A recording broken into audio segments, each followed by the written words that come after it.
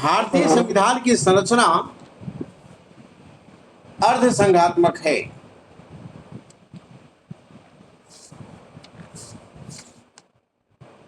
मतलब संघात्मक नहीं है।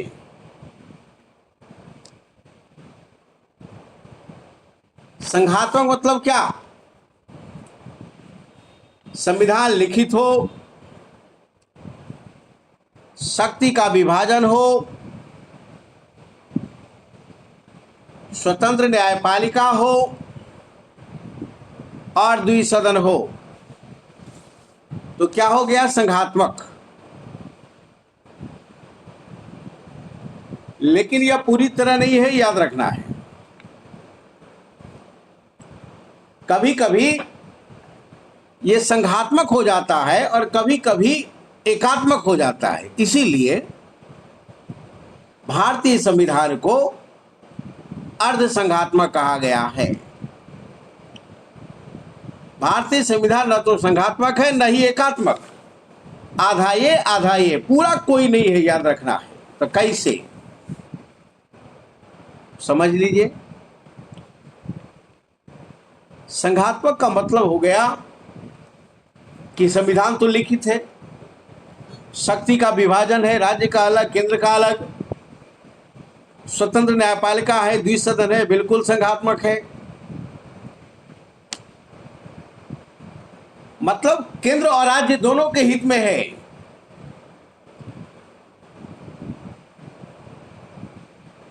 और हमारा संविधान कभी कभी क्या हो जाता है? एकात्मक हो जाता है। एकात्मक का मतलब क्या? केंद्र मजबूत हो जाता है, क्योंकि नागरिकता एकल है। देश की नागरिकता है, राज्य की नागरिकता है नहीं। आपातकाल में आप देखिएगा कि सारा पावर केंद्र के पास चला जाता है। अखिल भारतीय सेवा जो है, आईएएस आईपीएस, ये सारा नियुक्त करेगा केंद्र और काम करेगा राज्य में। इसका मतलब कहीं ना कहीं केंद्र तो अपना पावर राज्यों के ऊपर दिखाती है। इसलिए कभी कभी एकात्मक हो जाती है। मतलब सारी शक्ति केंद्र में निहित हो जाती है, एकात्मक का मतलब।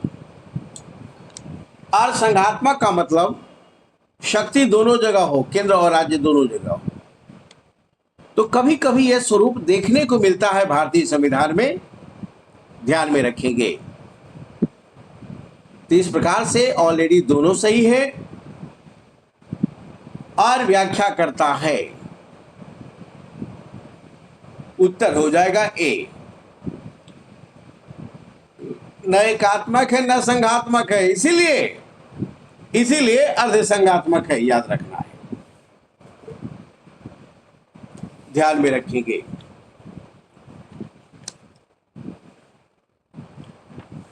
एक 127 कहता है धार्मिक स्वतंत्रता का अधिकार किस आर्टिकल में है? तो आर्टिकल 25 से 28 में है। धर्म प्रचार करने का अधिकार किस आर्टिकल में? आर्टिकल 25 में। अंतःकरण की स्वतंत्रता, हम किसी भी धर्म को स्वीकार कर सकते हैं, किसी भी धर्म का हम प्रचार कर सकते हैं, लेकिन जबरदस्ती धर्मांतरण नहीं करा सकते हैं, याद रखना है।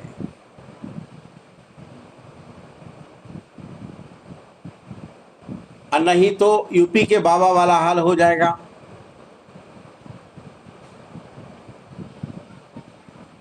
तो इस प्रकार से ऑलरेडी आर्टिकल 25 धर्म प्रचार, अंतःकरण से कोई भी व्यक्ति धर्म को मान सकता है, धर्म मानने की स्वतंत्रता है। सिखों को कृपान धारण करने का अधिकार आर्टिकल 25 के तहत। हमारा अंतःकरण कहता है कि हम कृपान पहने, कंघा कड़ा केस रखें, बिल्कुल अधिकार है। ये अंतःकरण से धार्मिक स्वतंत्रता का अधिकार, यही तो आर्टिकल 25 में है। तो 1 और 2 दोनों को डिफाइन किया है, 25 को, याद रखेंगे।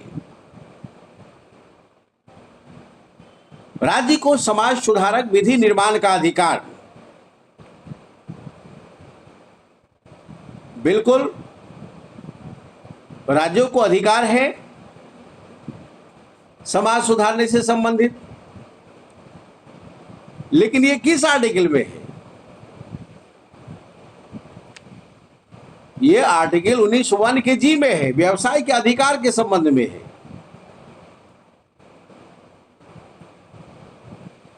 समाज सुधार का संबंध धार्मिक स्वतंत्रता से नहीं है। तो उत्तर क्या हो जाएगा? पहला और दूसरा, जो ऑप्शन में नहीं है, याद रखना है। चौथा, धार्मिक निकायों को लोगों को धर्म परिवर्तन कराने का अधिकार, तो नहीं, यदि कराइएगा तो 3 साल का जेल हो जाएगा, याद रखिएगा। तो इस प्रकार से उत्तर क्या होगा? 1, 2। 128 सर सिक्स कौन कौन सा 5 वो चीज लेके चलता है? क्या कर रहे हैं? सिक्स कौन कौन सा 5 वो चीज लेके चलता है अपने साथ? कृपान है, कंगा है, केस है, कड़ा है, कक्षा है, ये 5 चीज है, याद रखना है। चलो आगे, क्वेश्चन नंबर 128। 128 कहता है, क्या कहता है? 128 कहता है, 128 कहता है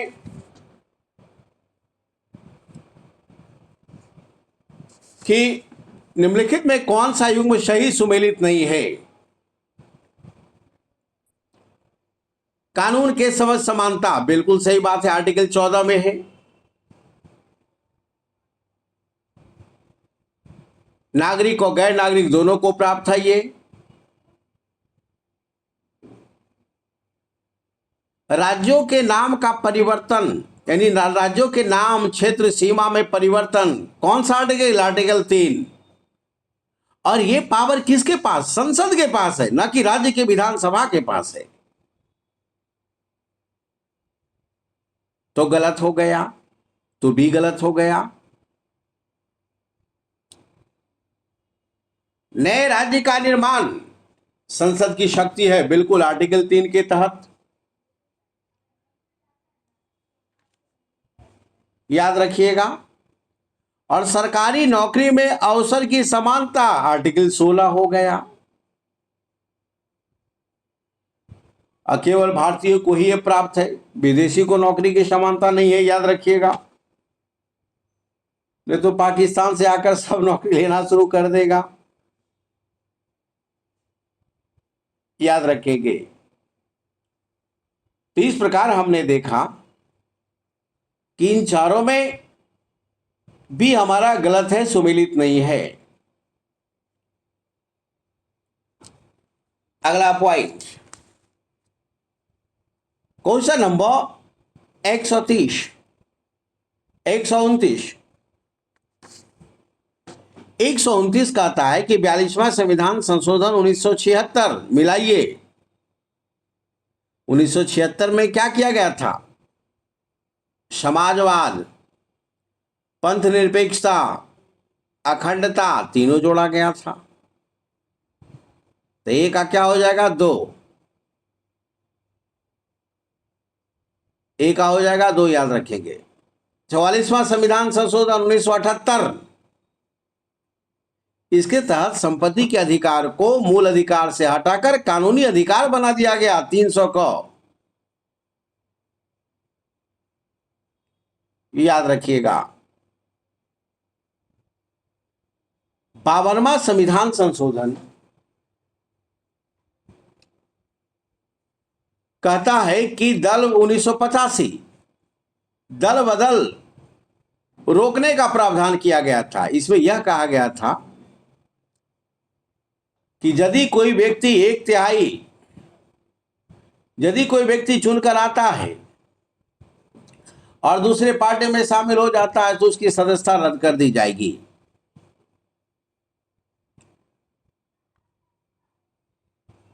लेकिन याद रखिएगा, किसी पार्टी का सदस्य यदि पार्टी को गाली गलौज करे, पार्टी के खिलाफ बोले, अब पार्टी उसको निकाल दे तो उसकी सदस्यता नहीं जाएगी, याद रखिएगा। उसको निर्दलीय मान लिया जाएगा, बाद में सदस्य रहेगा लेकिन निर्दलीय। अभी क्या किया अखिलेश यादव का 3 विधायक तीनों पार्टी के खिलाफ बोल रहा था, तीनों को निकाल दिया गया पार्टी से। आज वहां का स्पीकर क्या किया है, तीनों को असंबद्ध घोषित किया असंबद्ध सदस्य, मतलब पार्टी से संबंधित नहीं, और उसको बोल दिया गया है कि आप निर्दलीय सदस्य के रूप में यहां पर हैं, याद रखिएगा। तो 1952 में क्या बोला गया था कि दल बदल होगा तो सत्ता समाप्त हो जाएगी, लेकिन 1/3 सदस्य यदि तैयार हो जाता है निकलने के लिए तो उसकी सदस्यता नहीं जाएगी, वो कोई पार्टी बना लेगा अलग होकर। इसको आगे चलकर क्या कर दिया गया, 2/3 निकलेगा तभी सदस्यता बचा रहेगा, अन्यथा 2/3 से कम निकलेगा, कितना हूं, तो आपकी सदस्यता चली जाएगी, याद रखना है। जैसे हमारे पास 100 विधायक है और विधायक रहना नहीं चाहता हमारे साथ, तो नहीं रहना चाहता है तो 1, 2, 50, 70, 74 तक यदि निकलेगा तो उसकी सदस्यता समाप्ति हो जाएगी। लेकिन जैसे ही 75 होगा और निकल जाएगा तो अपना एक नया पार्टी बना लेगा, उसकी सदस्यता नहीं जाएगी, याद रखना है।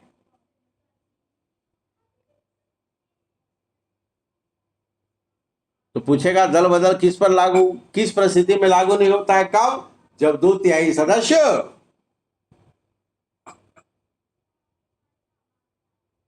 पार्टी से निकल जाए तो उत्तर हो जाएगा ए। उत्तर क्या हो गया, ए। नेक्स्ट क्वेश्चन नंबर 130 कहता है भारतीय संविधान किसमें सर्वोच्च न्यायालय को समान कार्य के लिए समान वेतन का मौलिक अधिकार दिया गया है। बिल्कुल अधिकार दिया गया है, इस आर्टिकल में, आर्टिकल 39D में, 39D में यह अधिकार है, याद रखिएगा। आर्टिकल 39D कहता है कि समान कार्य के लिए समान वेतन होना चाहिए, चाहे मेल हो या फीमेल हो, दोनों को समान वेतन दीजिए, याद रखना है।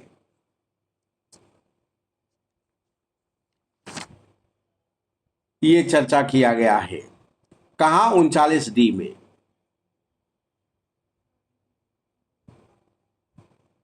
तो वेतन का मौलिक अधिकार निगम करने हेतु सक्षम किया गया संविधान की प्रस्तावना में प्रयुक्त समाजवादी शब्द, और बी, ए के संविधान अनुच्छेद 14 के साथ मिलाकर विधि के साथ समता, और सी संविधान के 16 के मिलाकर पढ़ा जाए। यूपीएससी का क्वेश्चन है ये। संविधान के प्रस्तावना में प्रयुक्त शब्द समाजवादी है, मतलब हम लोग समाज में हम सब एक हैं, लिंग, जाति, वेशभूषा, प्रांत के आधार पर भेदभाव नहीं किया जा सकता, तो पहला सही है। दूसरा, ए को संविधान के अनुच्छेद 14 के साथ मिलाकर पढ़ना चाहिए, बिल्कुल। अब समाज के लोग हैं तो कानून के नजर में हर कोई समान है, तो बी भी सही है। तीसरा, ए को संविधान के अनुच्छेद 16 के साथ लोक नियोजन में समान अवसर होना चाहिए, समान अवसर होगा तो समान वेतन भी मिलेगा, इसलिए समान मिलेगा कि हर जगह समान है वो। तो उत्तर क्या हो जाएगा, ए बी सी के साथ मिलाकर पढ़िए तब उत्तर हो जाएगा। चलो क्वेश्चन नंबर 131 131 कहता है, क्या कहता है? कहता है किसी को राष्ट्रगीत गाने के लिए बाध्य नहीं किया जा सकता। उसको राष्ट्रपति के जगह पर राष्ट्रगीत कर दीजिए, क्योंकि इसमें वाक स्वतंत्रता, अभिव्यक्ति का अधिकार का उल्लंघन होगा। बिल्कुल सही। बोलने के लिए, विचारों को व्यक्त करने के लिए वो स्वतंत्र है, याद रखिएगा। तो पहला बिल्कुल सही है। दूसरा, इससे अंतःकरण धर्म के अबाध रूप से आचरण प्रचार करने की स्वतंत्रता के अधिकार का उल्लंघन होगा। इसमें कुछ ऐसे शब्द आए हैं जिससे कुछ धार्मिक लोगों का भावनाओं भड़कता है, याद रखिएगा। जैसे इस्लाम क्या कहता है कि अल्लाह के सिवा मैं किसी को नहीं मानूंगा, लेकिन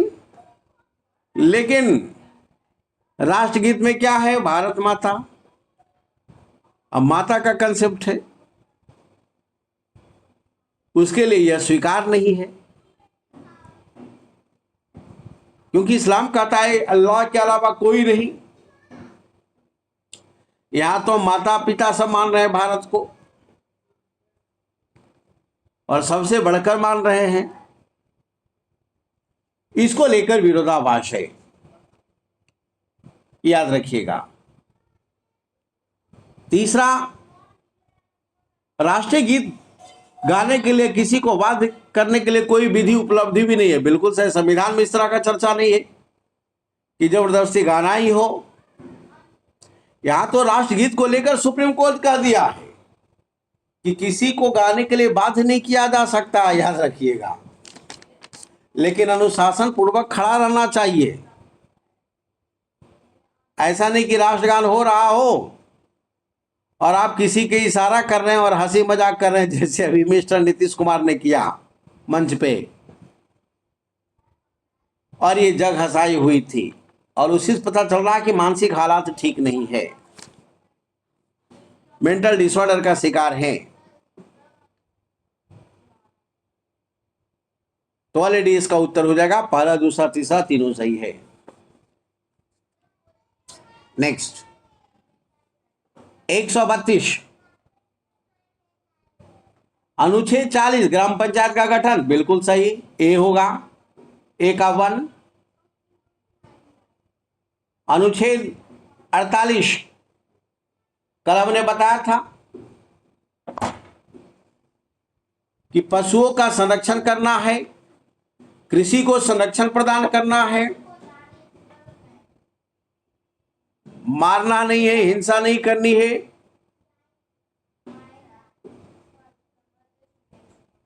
याद रखेंगे। तो 48 क्या हो जाएगा? गाय और पशु वध पर प्रतिबंध, बी का 3 हो जाएगा। अनुच्छेद 42 क्या कहता है? प्रसूति सहायता का प्रावधान। प्रसूति सहायता का मतलब हो गया कि जो कोई महिला गर्भवती है उसको विशेष सहायता प्रदान किया जाएगा, क्योंकि उसके गर्भ में भारत का भविष्य छुपा हुआ है, तो हमें सहायता करना होगा। मातृत्व शक्ति योजना वैसी योजना है, मातृवंदना योजना वैसी योजना है जिसके अंतर्गत महिलाओं को, गर्भवती महिलाओं को 6,000 रुपया दिया जाता है एक बच्चे पर, 2 बच्चा पर 12,000 गर्भवती काल में, और 16-17 केजी का एक किट उपलब्ध कराए जाते हैं जो पोषण आहार से संबंधित है, याद रखना है।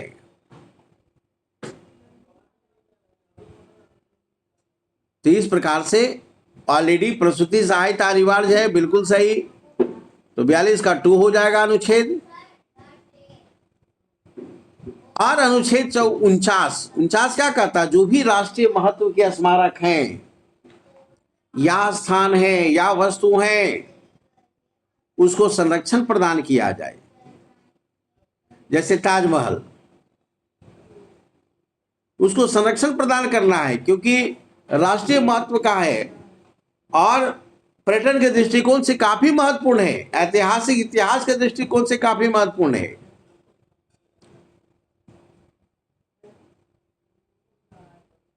बहुत सारे हमारा पांडुलिपि है, उसको संरक्षण प्रदान करना है। राजा महाराजा का सिक्का, अभिलेख, सारे को संरक्षण प्रदान करना है। किस आर्टिकल के तहत? 49 के तहत। किस प्रकार से इसका उत्तर हो जाएगा? ए, 132 का ए, याद रखिएगा। नेक्स्ट 133। 133 कहता है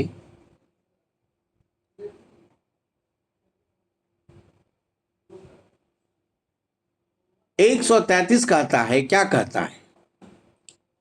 133 कहता है कि अनुच्छेद 50, 47, 39 और 48 और इधर विषय दिया हुआ है।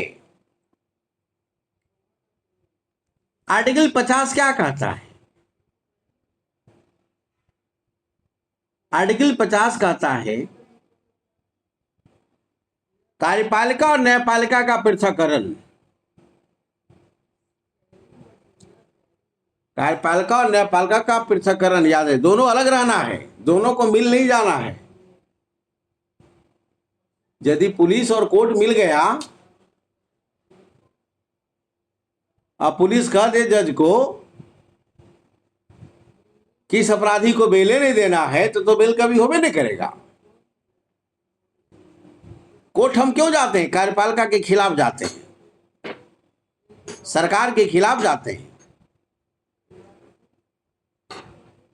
याद रखना है। तो दोनों को अलग रखा गया है, बिल्कुल। 50 का हो जाएगा 3। और आर्टिकल 47, 47 क्या कहता है? 47 कहता है, क्या कहता है? पोषाहार और जीवन स्तर को राज्य सरकार अपने यहां ऊंचा रखेगी और लोक स्वास्थ्य को सुधार करने का प्रयास करेगी। शराब पर प्रतिबंध लगाएगी। यानी राज्य सरकार का कर्तव्य है कि पटना में चावल, दाल, हरी सब्जी, जितने सारे पोषक तत्व, सारी चीजों की आपूर्ति होनी चाहिए। गैस, पानी, किसी चीज का अभाव नहीं होना है। यह सरकार की जिम्मेदारी है, याद रखिएगा। तो देखते हैं बाजार फल फूल सब्जी से भरा रहता है, अपने सामर्थ्य के अनुसार हर कोई खरीदता है। यदि कमी हो जाएगा तो सरकार एकदम आलोचना का शिकार हो जाएगी और हर विभाग इसके लिए तत्पर है कि जनता को कोई कष्ट न हो। तो पोषाहार आपूर्ति आर्टिकल 47 याद रखेंगे। आर्टिकल 39 को 39 का क्या कहता है? 39 का कहता है समान न्याय एवं निःशुल्क विधि सहायता। समान न्याय एवं निःशुल्क विधि सहायता। जो कमजोर लोग हैं, गरीब लोग हैं, उसे हम निःशुल्क कानूनी सहायता प्रदान करेंगे, न्याय प्रदान करेंगे। इसके लिए लोक अदालत लगाएंगे। नो वकील, नो वकील, नो दलील, डायरेक्ट बात कीजिए और न्याय हो जाएगा। उसके खिलाफ कहीं जा नहीं सकते आप। पीएन भगवती का कंसेप्ट था, याद रखेंगे। तो किस आर्टिकल में है? आर्टिकल 39A में है। तो सी का उत्तर हो जाएगा 4। और 48 का क्या कहता है? 48 का पर्यावरण संरक्षण की बात करेगा। 48 का पर्यावरण संरक्षण की बात करेगा।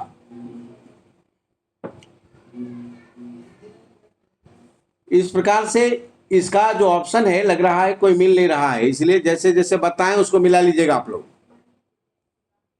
चलो क्वेश्चन नंबर 134।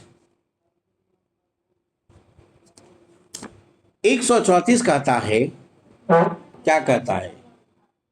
समान कार्य के लिए समान वेतन। बहुत बढ़िया।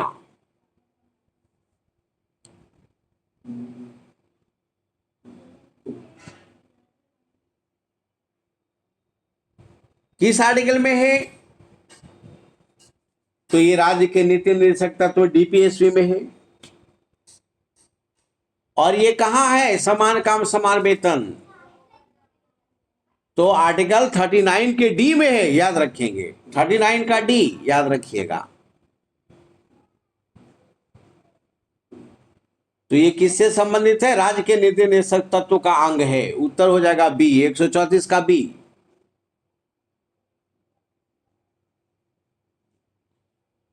39A कहता है कि सबको जीविका उपलब्ध कराएगी सरकार, याद रखिएगा, आजीविका फॉर ऑल। 39 का बी कहता है संसाधन का न्यायपूर्ण वितरण होना चाहिए। ऐसा नहीं कि एगो खा के उगल रहा है या दूसरों को भोजन नहीं मिल रहा। 39 कहता है कि धन का केंद्रीकरण नहीं होना चाहिए, एक जगह धन जमा नहीं होना चाहिए। धन सबके हाथ से गुजरना चाहिए जिससे कल्याण हो। और 39D आप जानते हैं, समान कार्य समान वेतन। तो ये किसका हिस्सा है? ये राज्य के नीति निर्देशक तत्व का हिस्सा है, ध्यान में रखिएगा। भाग 4 अनुच्छेद 36 से 51 क्या चर्चा है? तो नीति निर्देशक तत्व का। तो 134 का हो जाएगा बी। 135 क्या कहता है जी? 135 कहता है, क्या कहता है? 135 कहता है कि अधिकारी और संस्थान, कौन क्या अधिकारी है? तो भारत का उपराष्ट्रपति कहां बैठेगा? तो राज्यसभा में बैठेगा, राज्यसभा का अध्यक्ष होता है।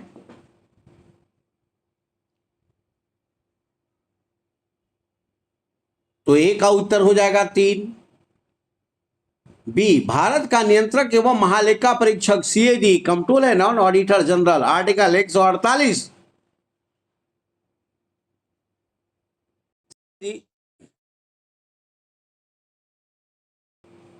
चलिए चलते हैं। कहता है कि भारत का उपराष्ट्रपति, राज्यसभा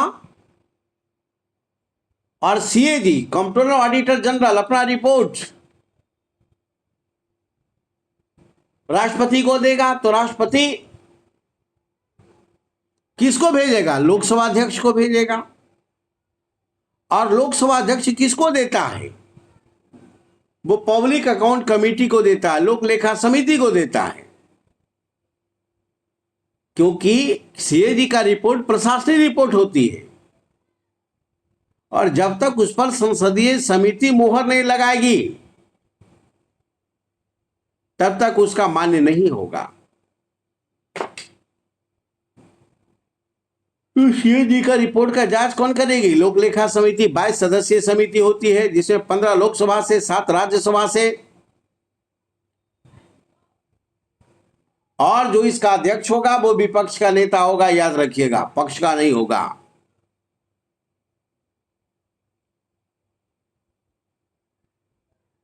तो बी का हो जाएगा 1। भारत का महाधिवक्ता मतलब महान न्यायवादी, याद रखना है। महान न्यायवादी अपना विचार कहां रखेगा?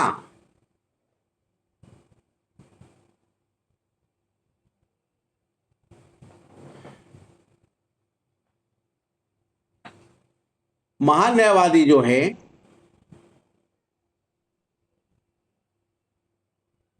वो ऑलरेडी लोकसभा की बैठक में भाग लेगा,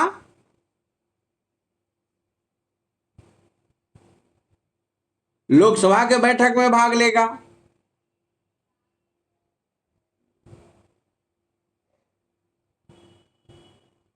और भारत का महाधिवक्ता जो है वो सॉलिसिटर जनरल अपने विचारों को कहां रखेगा?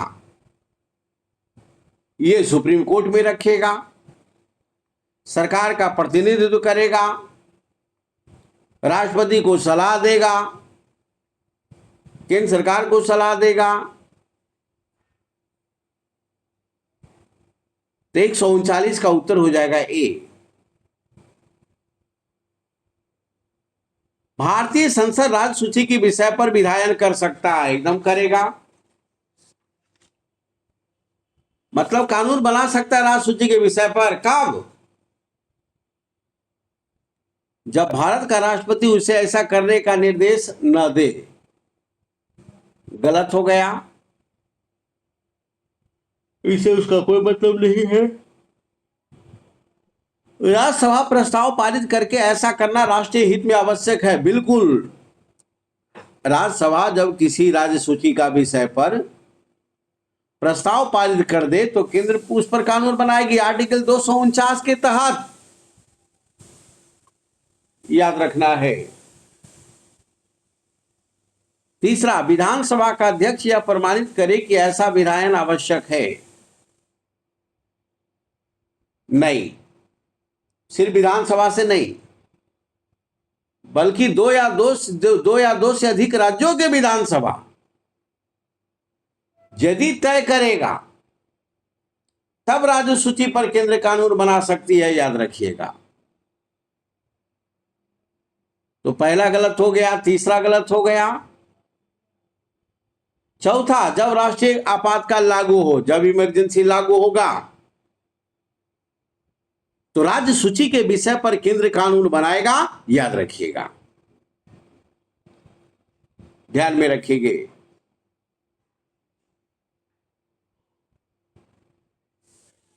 तो 140 का हो जाएगा डी।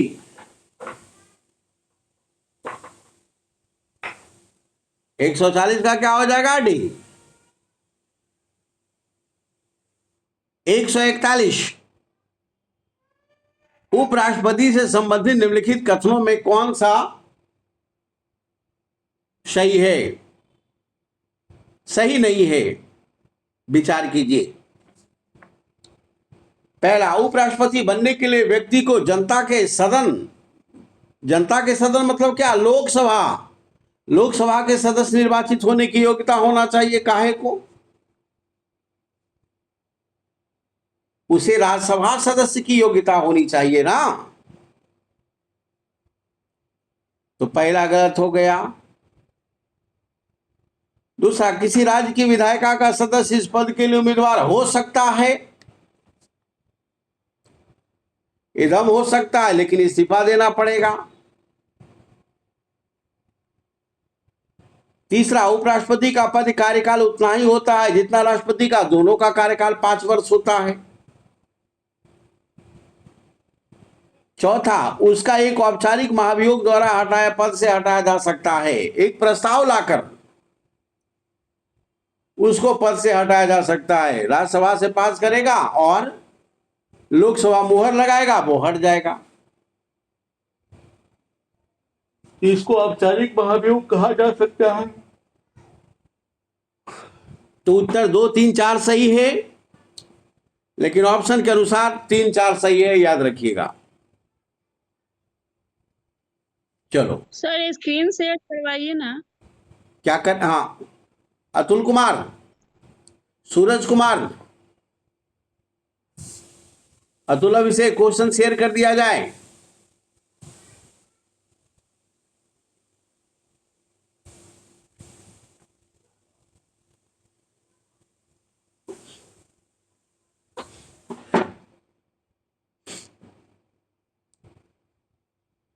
अतुल, अभिषेक, चलिए। तो ऑलरेडी इसका उत्तर हो जाएगा 3 4, 141 का 3 4, उत्तर हो जाएगा डी। 42, संसद के विधायन प्रस्ताव की पहल से, संसद के विधायन प्रस्ताव की पहल से भारत के राष्ट्रपति की पूर्व स्वीकृति आवश्यक है। राष्ट्रपति के पूर्व स्वीकृति आवश्यक है किस मामले में?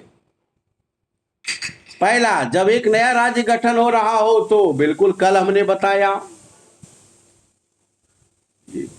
कि मान लिया कि बिहार से एक अलग राज्य मिथिलांचल गठन करना है, तो इसके लिए एक प्रस्ताव आएगा, उस पर हस्ताक्षर राष्ट्रपति का होगा पहले, याद रखिएगा, तभी विधानसभा में आएगा, विधानसभा से पास होकर सदन लोकसभा में जाएगा। तो पहला सही है। दूसरा, ऐसा कराधान विधेयक जिनमें राज्यों का हित हो, कर, धन विधेयक, वित्त विधेयक, मामला टैक्स से हो, तो पहले राष्ट्रपति का अनुमति होगा उस पर, तभी बिल पेश होगा, याद रखिएगा। तो दूसरा भी सही है। तीसरा, राज्यों की सीमाओं में फेरबदल करने संबंधित विधेयक, बिल्कुल, किसी भी राज्य के सीमा, नाम, क्षेत्र में परिवर्तन को लेकर जो प्रस्ताव आएगा, उस प्रस्ताव पर मुहर पहले राष्ट्रपति को लगेगा, तभी विधानसभा में आएगा वो प्रस्ताव, और उड़ीसा से उसका नाम ओडिशा चेंज होगा, असम का नाम असोम चेंज होगा। तो याद रखिएगा, इसके लिए राष्ट्रपति का मुहर अनिवार्य है। चौथा, धन विधेयक, बिल्कुल सही। धन विधेयक जो है राष्ट्रपति के हस्ताक्षर से ही लोकसभा में पेश होता है, याद रखिएगा। तो चारों, इसका उत्तर सही है। 143, राष्ट्रपति के निर्वाचन के लिए गठित निर्वाचक मंडल में सम्मिलित होता है, क्या सम्मिलित होता है? तो राष्ट्रपति का जो निर्वाचक मंडल होगा, उसमें लोकसभा, राज्यसभा,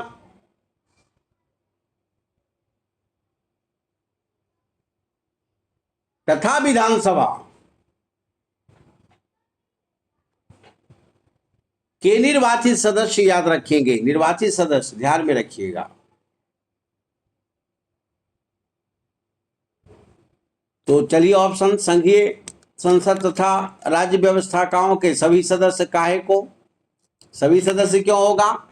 मनोनीत क्यों होगा? मनोनीत तो राष्ट्रपति मनोनीत करता है, तो जिसको मनोनीत करेगा वो तो वोट पक्का हो जाएगा, तो फिर काहे को उसको शामिल किया? दूसरा, संघीय संसद राज्य विधानमंडल के सभी राज्य विधानमंडल का सभी सदस्य कैसे हो जाएगा?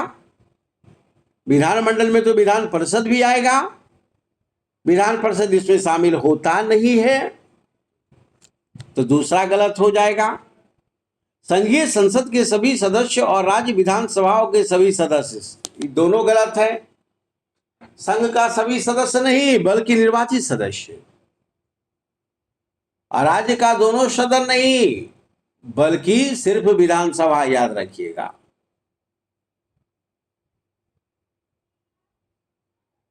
तो इस प्रकार सही उत्तर क्या? तो संघीय संसद तथा राज्य विधानसभाओं के सभी निर्वाचित सदस्य, ये सही है। तो उत्तर हो जाएगा डी, याद रखना है।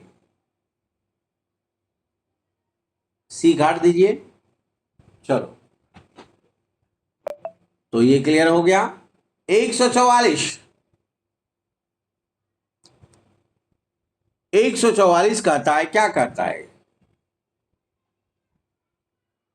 144 कहता है,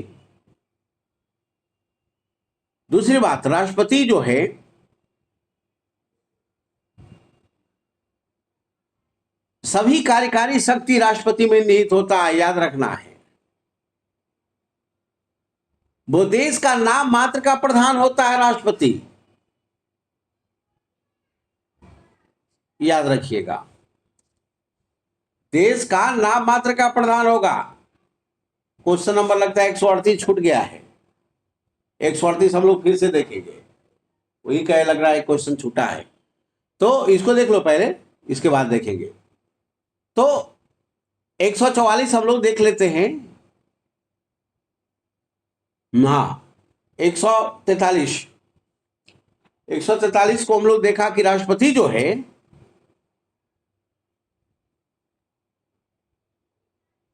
राष्ट्रपति को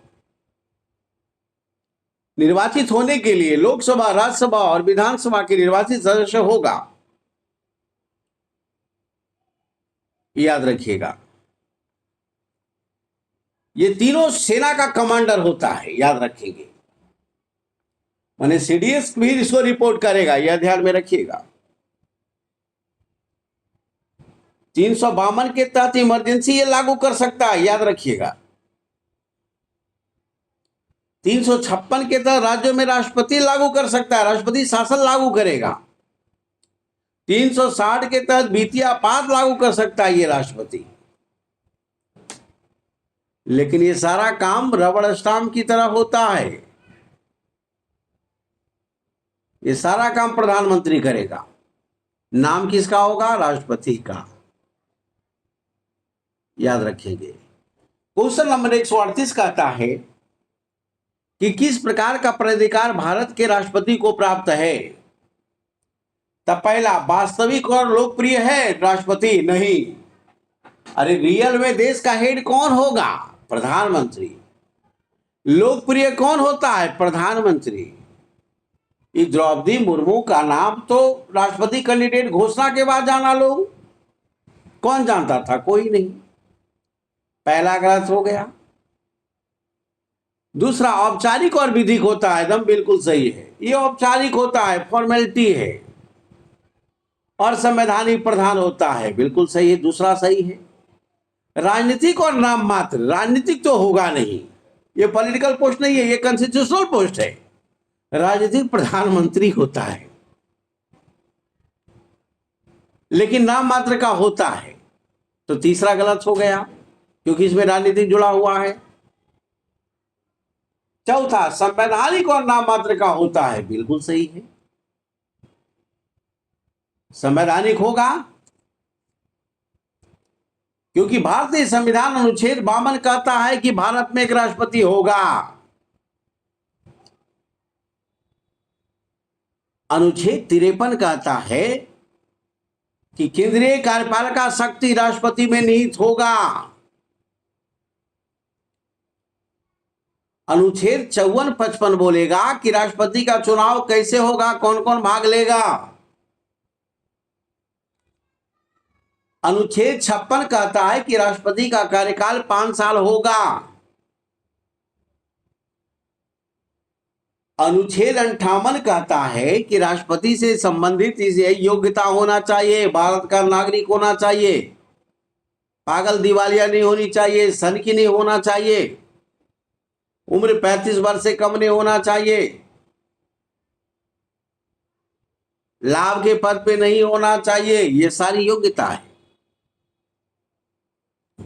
60 में शपथ की चर्चा करता है कि राष्ट्रपति को शपथ कौन दिलाएगा, तो भारत का मुख्य न्यायाधीश। आज यदि मुख्य न्यायाधीश नहीं रहे तो कौन दिलाएगा? अन्य न्यायाधीश, याद रखना है। अनुच्छेद 61 के तहत राष्ट्रपति के खिलाफ महाभियोग लाकर इसको हम हटा सकते हैं, याद रखिएगा।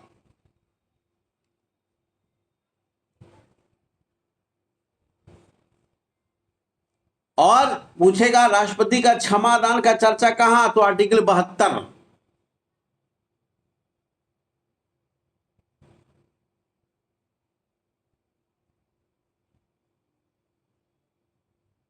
याद रखेंगे। पकानी कोका दुयो दसम, what's the meaning of this?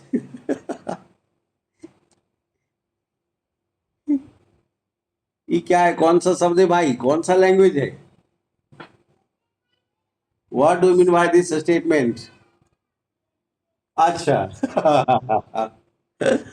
तो आपने समराइज किया है, चलो ठीक है, बहुत बढ़िया। दिमाग लगाओ, कड़कड़ा जाओ। चलो ठीक है, तो आइए क्वेश्चन नंबर 144। 144 का था कि भारत का प्रथम स्पीकर जिसके खिलाफ लोकसभा में अविश्वास प्रस्ताव लाया गया था,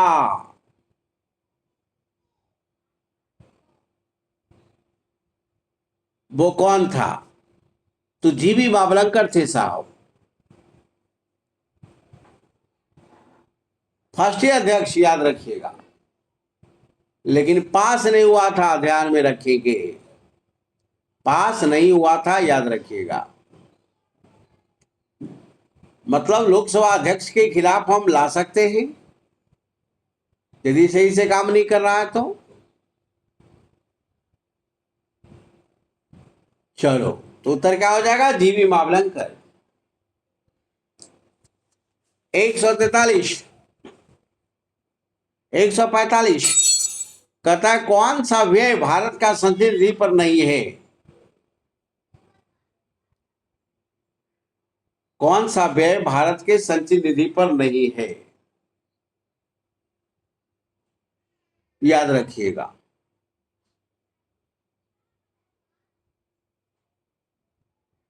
तो भारत का राष्ट्रपति का वेतन बिल्कुल भारत का संचय निधि से।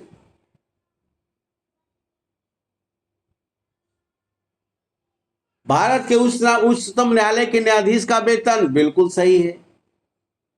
लोकसभा अध्यक्ष का वेतन बिल्कुल सही है। उपराष्ट्रपति का वेतन जो है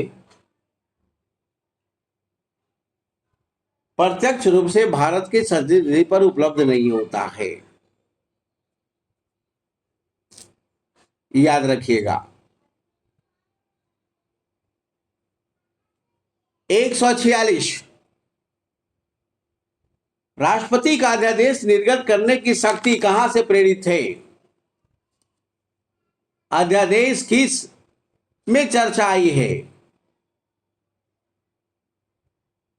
अध्यादेश का चर्चा पहली बार किस अधिनियम में किया गया था?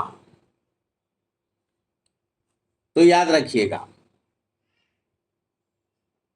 भारत सरकार अधिनियम 1935 में ऑलरेडी इसका उल्लेख है, अध्यादेश का पहली बार, और वर्तमान में आर्टिकल 123 में है।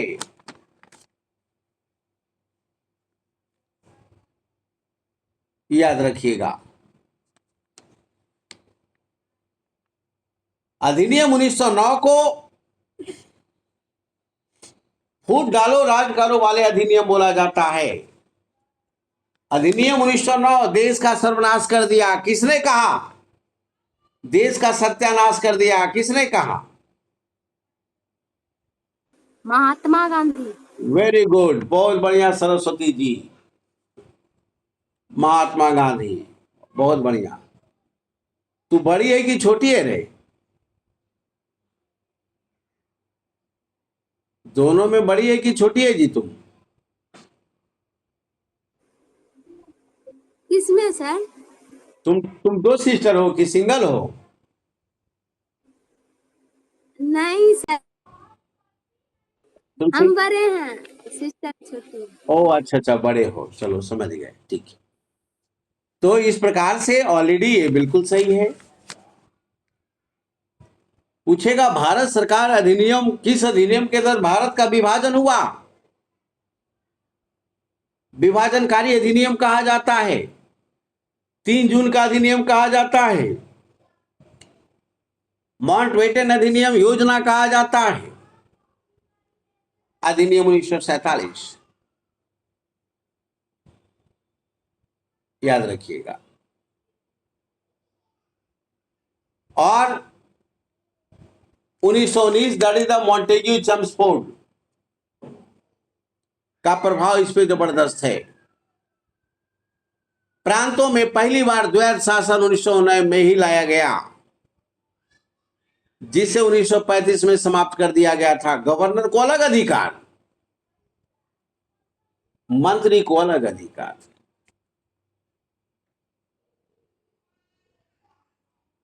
तो ऑलरेडी क्लियर है। बोलो, याद रखना है।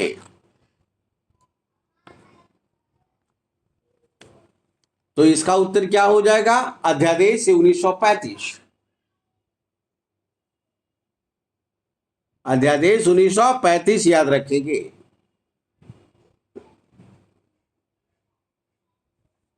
147 147 कहता है, क्या कहता है? भारत की संसद के संबंध में निम्नलिखित कौन सा कथन सही नहीं है? भारतीय संविधान में संसदीय प्रणाली की सरकार का प्रावधान है, बिल्कुल सही बात है, जिसमें लोकसभा राज्यसभा दोनों भाग लेगा। संसद का सर्वप्रमुख काम मंत्रिमंडल का प्रावधान करना है, बिल्कुल सही बात है, मंत्रिमंडल दोनों से बनेगा। मंत्रिमंडल का सदस्यता निम्न सदन तक सीमित है, गलत बात है, कैबिनेट कहीं से भी हो सकता है, लोकसभा से भी होगा, राज्यसभा से भी होगा, यही गलत हो गया। मंत्रिमंडल को लोकप्रिय सदन में बहुमत का विश्वास प्राप्त रखना चाहिए, बिल्कुल सही बात है, कैबिनेट डिसीजन या बैठक तभी होगा जब सरकार को लोकसभा में बहुमत प्राप्त हो। तो सब सही है और सी गलत है। सदन का चर्चा आर्टिकल 79 में है, याद रखिएगा। 79 कहता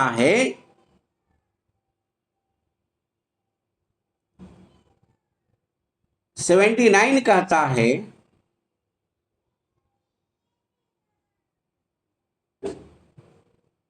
कि लगता है कि 135, 36, 37 छूट गया है क्वेश्चन। बतला रहे थे सर। क्या अतुल कुमार? 135, 36, 37 छूट गया सर। छूट गया, तो इसको मैं क्लियर करता हूं, रुकिए, ये ध्यान गया। चलिए, तो संसद का चर्चा पूछेगा कहां? तो आर्टिकल 79 में। राज्यसभा का चर्चा पूछेगा कहां? तो आर्टिकल 80 में। लोकसभा पूछेगा तो कहां? आर्टिकल 81 में।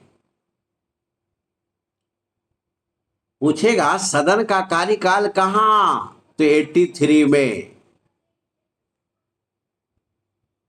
पूछेगा लोकसभा राज्यसभा सदस्यों की योग्यता कहां? आर्टिकल 84 में।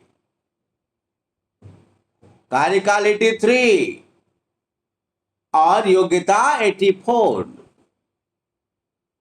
याद रखिएगा। और पूछेगा किसमें चर्चा है कि सत्रावसान सत्र को बुलाना है और सत्रावसान करना है? आर्टिकल 85। पूछेगा किस अधिनियम के तहत राष्ट्रपति का अभिभाषण सदन में होता है? 86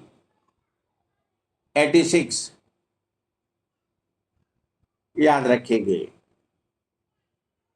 तो कुछ इंपॉर्टेंट आर्टिकल जो संसद से संबंधित है। 147 का उत्तर हो जाएगा सी। 148 निम्नलिखित में से कौन सा सबसे कम अवधि के लिए उपराष्ट्रपति चुना गया? तो सबसे कम बीबी गिरी चुने गए थे।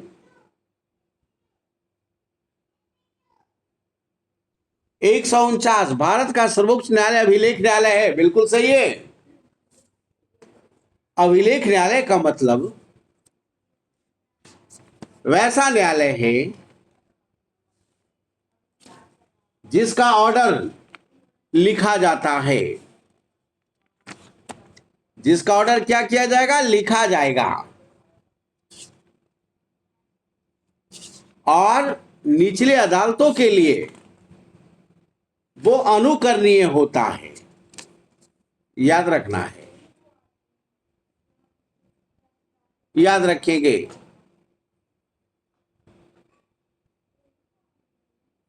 तो इसे अपने सभी निर्णयों का अभिलेख रखना होता है, बिल्कुल सही बात है। दूसरा, इसके सभी निर्णयों का साक्ष्यात्मक मूल्य होता है और इस पर किसी भी न्यायालय में प्रश्न नहीं लगाया जा सकता है, ये भी सही है।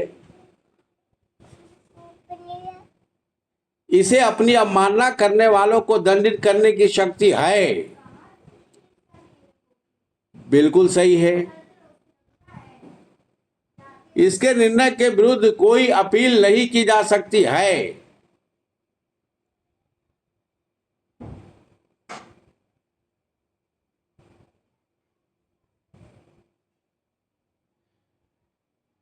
नहीं की जा सकती है। तो अभिलेख न्यायालय इसके सभी निर्णयों का साक्ष्यात्मक मूल्य होता है और इस पर किसी भी न्यायालय में प्रश्न नहीं लगाया जा सकता है। इसका मतलब सटीक आंसर ये हुआ, उत्तर हो जाएगा बी, याद रखना है, उत्तर हो जाएगा बी, याद रखिएगा।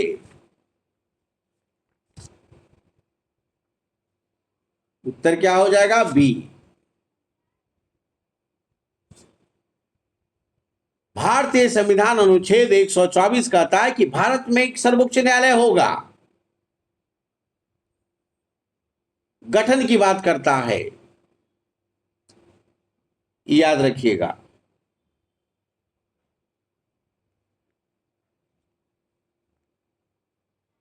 एक 150 केशवानंद भारती केस का महत्व इसलिए है क्योंकि उसने कार्यपालिका के आदेशों को दरकिनार कर दिया। उच्चतम न्यायालय ने संविधान के मूल विशेषताओं को प्रतिपादित किया। उसने संघीय सरकार को कटघरे में खड़ा किया नहीं। इसमें सुप्रीम कोर्ट ने संविधान के मूल विशेषता प्रतिपादित किया, स्पष्ट बोल दिया कि तू संविधान को मूल भावना से छेड़छाड़ नहीं कर सकते हो। संसदीय शासन, धर्मनिरपेक्षता, न्यायपालिका की स्वतंत्रता,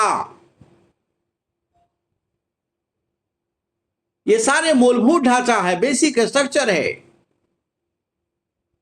इसको तुम चेंज नहीं कर सकते हो, याद रखना है। और इसमें 13 न्यायाधीश था, याद रखिएगा।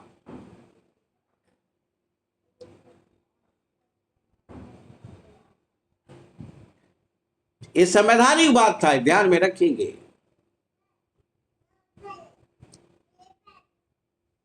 तो इस प्रकार से इसका उत्तर क्या हो जाएगा? बी। चलो क्वेश्चन नंबर पीछे, क्वेश्चन नंबर पीछे 135। किसी व्यक्ति के नागरिकता निलंबित किया जा सकता है, बिल्कुल किया जा सकता है। कब? यदि वह नागरिकता का दायित्व परिचित नहीं हो। तो एक तो बेचारा अनपढ़ भी, इसको पता नहीं है, तो थोड़ी को निलंबित कर दीजिएगा इसको, पहला गलत हो गया। दूसरा, यदि वह स्वेच्छा से किसी अन्य देश की नागरिकता ग्रहण कर लेता हो, आर्टिकल, किस आर्टिकल के तहत? आर्टिकल 9 के तहत। विदेशी राज्य की नागरिकता स्वेच्छा से ग्रहण करने पर भारतीय नागरिकता समाप्त हो जाएगी, बिल्कुल सही। तीसरा, यदि भारत सरकार को यह विश्वास हो जाए कि नागरिकता छल पूर्वक प्राप्त किया गया हो, छल पूर्वक यदि कोई नागरिकता प्राप्त करेगा तो उसकी नागरिकता समाप्त कर दी जाएगी, याद रखिएगा। तीसरा सही है, दूसरा सही है। यदि कोई व्यक्ति जन्म से देश का नागरिक है और विदेशी राष्ट्र के युद्ध के दौरान शत्रु को सहायता पहुंचाता है, तब तो उसको देशद्रोही घोषित कर दिया जाएगा। नागरिकता भी उसमें छीना जा सकता है, याद रखिएगा। नागरिकता का चर्चा संविधान के भाग 2 में है, अनुच्छेद 5 से 11। 5 क्या कहता है कि जब देश आजाद हुई उस समय की नागरिकता। 6ठा क्या कहता है, पाकिस्तान से जो आया उसके लिए नागरिकता। 7वां क्या कहता है, जो भारत से पाकिस्तान गया उसकी नागरिकता की स्थिति। 8वां क्या कहता है, जो भी भारतीय मूल के विदेश में रह रहा है उसके नागरिकता को लेकर स्थिति। भाग 11 क्या कहता है, 11 कहता है कि नागरिकता से संबंधित संसद कानून बनाएगी। याद रखिएगा। तो इसका उत्तर हो जाएगा 2, 3, 4। 136, भारत में रहने वाले ब्रिटिश नागरिक दावा नहीं कर सकता है। विधि के समक्ष समता दावा करेगा। व्यापार व्यवसाय की स्वतंत्रता दावा नहीं करेगा। वो स्वतंत्र रूप से व्यापार और व्यवसाय करने का अधिकार उसके पास नहीं है। बी हो जाएगा। 137, राष्ट्रपति संसद का अंग है। बिल्कुल, आर्टिकल 79 के तहत राष्ट्रपति संसद का अंग है। संसद का 3 भाग, लोकसभा, राज्यसभा, विधानसभा, लोकसभा, राज्यसभा और राष्ट्रपति। ये सही है। संसद के दोनों सदनों द्वारा पारित विधेयक बिना राष्ट्रपति के स्वीकृति के बिना कानून नहीं बन सकता है। बिल्कुल सही है। जब तक राष्ट्रपति मोहर नहीं लगाएगा तब तक अधिनियम नहीं कहलाएगा, एक्ट नहीं कहलाएगा, बिल ही रहेगा। वो बिल और एक्ट में यही में अंतर है कि जब सदन में कोई प्रस्ताव पास किया जाता है, पेश किया जाता है, पास किया जाता है तो उसको बिल कहा जाता है। लेकिन इसी बिल पर हस्ताक्षर राष्ट्रपति का हो जाता है तो वो एक्ट हो जाता है। विधेयक और अधिनियम में यही अंतर है। इसी प्रकार ऑलरेडी हमारा लगभग 250 क्वेश्चन समाप्त हुआ। 25 गुना 10 कर लीजिए। और एक प्रकार से प्रश्नों के बहाना के माध्यम से हम टॉपिक को, कंसेप्ट को क्लियर कर दे रहे हैं। ये बहुत बड़ी बात है। और आप जो सुन रहे हैं ये काम देगा एग्जाम में आपको। अरे इस पर ये सर ने बोला था। तो इसी के साथ आज की सभा समाप्त की जाती है। किन्हों को कुछ कहना सर, है, ये वाला PDF भेज दीजिएगा सर। किन्हों को कुछ कहना है तो बताएगा। ठीक है, मैं भेज दूंगा। चलो, हाँ सर। ओके, चलो।